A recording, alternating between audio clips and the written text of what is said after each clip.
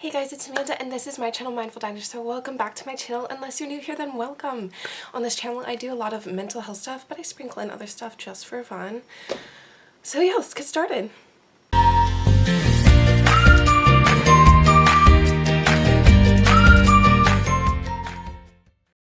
So today I don't really have like a topic for the video. I just kind of like haven't posted in a while, so I'm probably gonna be like rambling on. But yeah, so let's get down and dirty. So one of the things I want to bring up is like New Year's, and like it's so surrounded by like diet culture and weight loss, and for someone with an eating disorder it's really hard to get over.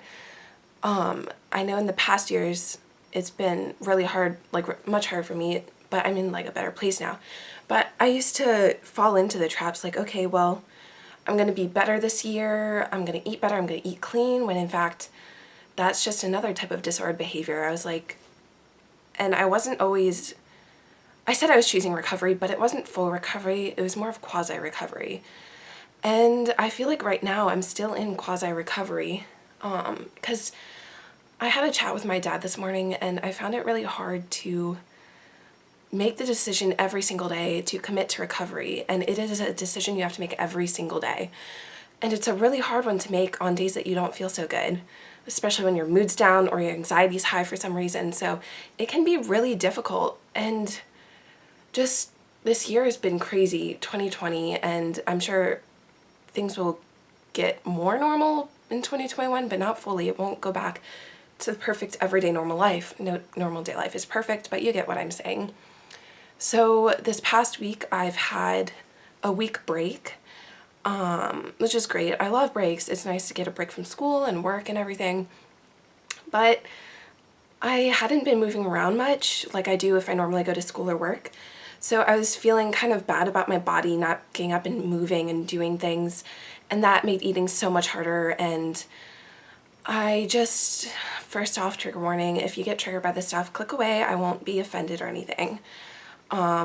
So I fit into jeans that I hadn't fit in for a while, and I got really stressed out about that. I felt really gross in my body, disgusted by my body, but in reality, that's what I need to be like, to be at a healthy weight. When I'm at a healthy weight, that's when I'm happiest. For a year there, I was at a good weight and I was happy. Like, I was happy. I wasn't necessarily happy with my body, but in life I had things that I love to do, people I love to be around. But with my eating disorder, it just pushed everyone away. And 2020, surprisingly, was the first year I went without a hospital visit in I don't even know how many years long, besides like the ER for the dehydration. But that's different. So it's been an interesting year. I don't know if I would call it a relapse, but I sort of relapsed this year. I told myself I was thriving in quarantine when in fact I was just focusing a lot on my eating disorder, and he kind of tricked me into believing that it was me, myself, wanting to make myself healthier. But in fact, it was just Ed kind of taking control, and it made it really hard because I was in quasi-recovery, still am, and I was just kind of doing the bare minimum. So I wasn't going all in recovery, which I really need to do to get to recovery. One of the hard things right now is like sometimes finding motivation.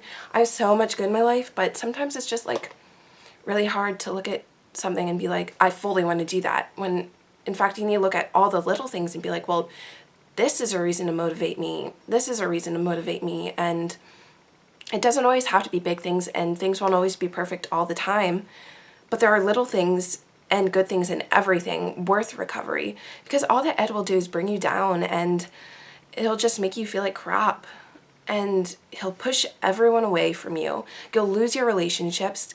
You'll hate your body. You'll get angry. You'll become a terrible person. I know when I was deep in my eating disorder, I was not a good person. I was mean to everyone. I was always angry. I was always upset.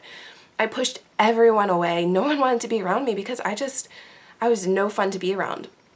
But when I'm outside of my Ed head, I have personality. I'm funny. I'm fun to be around. It's just a completely different me, and that's the same way it goes for everyone. Everyone's completely different from their Ed self to their healthy self, and it's hard to see in the moment when you're listening to Ed, like, oh, I don't care about that. Nothing else matters but this. Well, if you could just get a glimpse into life with, like, of recovery, you would see how much better it is. And I'm still working to get there. But it's gonna be, it's definitely gonna be worthwhile. It's gonna be worth the fight. If the fight is so hard and I'm struggling with that right now, but I just need to commit to recovery every single day. And it's just gonna be really hard, but it's worth it. So yeah, that's kind of my little update. Again, I want to thank you guys for subscribing to me. Like, it makes me so happy and fills my heart with warmth. And I hope that this channel is helping you, because it really helps me, and I love your guys' support. So make sure to tell your friends about my channel so I can reach to more people. If you like this video, make sure to give it a thumbs up. Thank you so much for watching, and yeah, just make sure to subscribe. Thank you again. See you later. Bye.